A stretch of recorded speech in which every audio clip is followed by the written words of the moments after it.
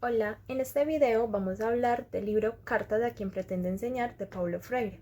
Pero ¿quién es Paulo Freire? Él fue un pedagogo brasileño, promovió una educación humanista que busca la integración del individuo en su realidad nacional. Definió la educación como un proceso destinado no a la domesticación, sino a la liberación del individuo a través del desarrollo de su conciencia crítica. Las ideas educativas de Paulo Freire quedaron recogidas en los diversos ensayos que publicó. Entre otros títulos destacan, primero, La educación como práctica de la libertad de 1967, Pedagogía del oprimido de 1969 y por último, Educación y cambio de 1976. Entonces, Cartas a quien pretende enseñar es un libro que presenta 10 diferentes cartas en las que se propone reflexiones sobre distintos temas que atraviesa la enseñanza, las diferencias entre enseñar y aprender, la opción por el magisterio, las cualidades del buen educador, la relación entre educadores y educandos, los vínculos entre la identidad cultural y educación y entre el contexto concreto y contexto teórico.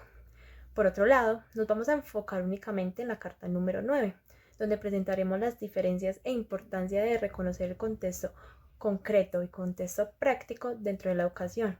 Además, abordaremos principalmente la importancia de la teoría y práctica basadas en la realidad de sus estudiantes. Y por último, compartiremos la reflexión que Paulo Freire hace frente a educar a través del castigo. Hola, en esta parte les voy a hablar acerca de contexto concreto, contexto teórico y la relación que tienen ambos con la práctica. Entonces, primero vamos a empezar dando la definición de qué es contexto concreto. Entonces, tenemos que contexto concreto son aquellos saberes que se convierten en hábitos automatizados, con los cuales nunca nos preguntamos por qué hacemos las cosas. Entonces, el contexto teórico son aquellos que siempre buscan los saberes y las razones del porqué, ¿cierto?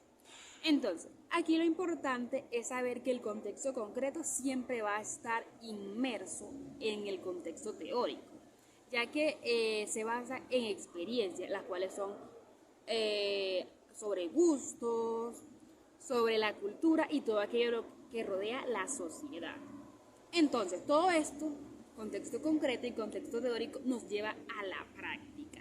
Y para esto debemos tener en cuenta todo aquello que el estudiante sabe y a partir de ahí continuar el proceso de enseñanza, creando una estimulación de saberes y ayudándole a mejorar en lo que él ya sabe. Entonces, hay una frase que Paulo Freire menciona y es que nadie habla sin hablar, nadie camina sin caminar. Entonces debemos de crear conciencia en la práctica e implementar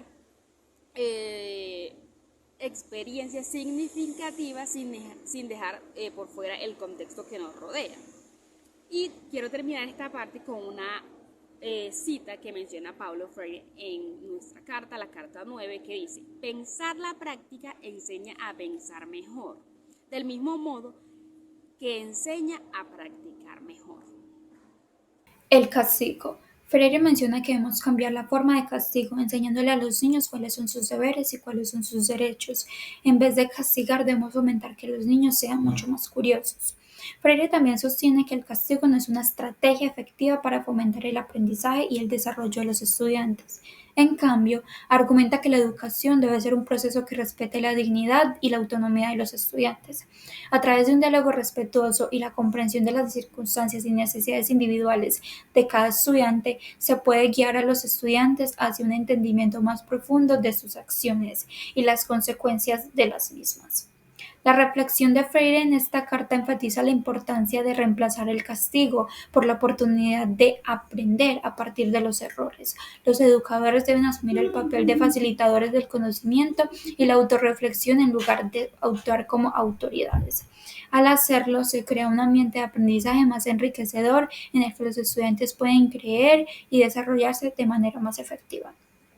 Por último, es importante resaltar que a lo largo de esta carta Freire resalta la conceptualización del aprendizaje. Dice que es importante la conceptualización del conocimiento, es decir, conectar el contenido de la enseñanza con la realidad y las experiencias de los estudiantes. Esto hace que el aprendizaje sea más relevante y significativo. También resalta la importancia de la paciencia y la empatía. Sugiere que los educadores deben ser pacientes y empáticos con sus estudiantes, reconociendo que cada uno tiene su propio ritmo de aprendizaje y sus desafíos individuales.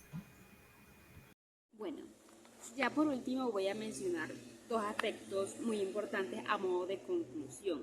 La primera es la importancia de la curiosidad, y Freire enfatiza la importancia de fomentar espacios de curiosidad en los estudiantes, con base a preguntas y cuestionamientos acerca del mundo que nos rodea, lo cual es fundamental en el proceso de aprendizaje. Como segundo, tenemos la relación entre estudiante y profesor. Freire aborda la importancia de una relación respetuosa entre el estudiante y el profesor, y sostiene que el profesor no debe imponer un conocimiento a manera autoritaria, sino que debe ser un facilitador del aprendizaje.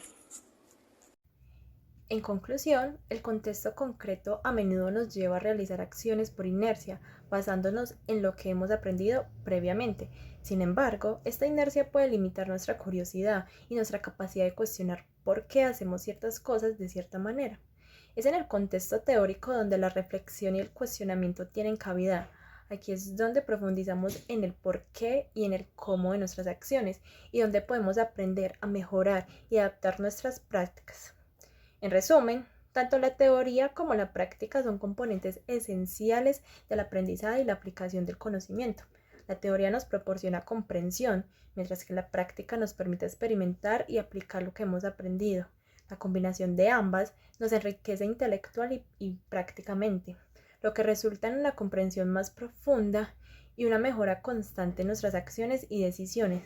La curiosidad y la reflexión desempeñan un papel fundamental en este proceso, ya que nos impulsan a cuestionar, a aprender y a evolucionar.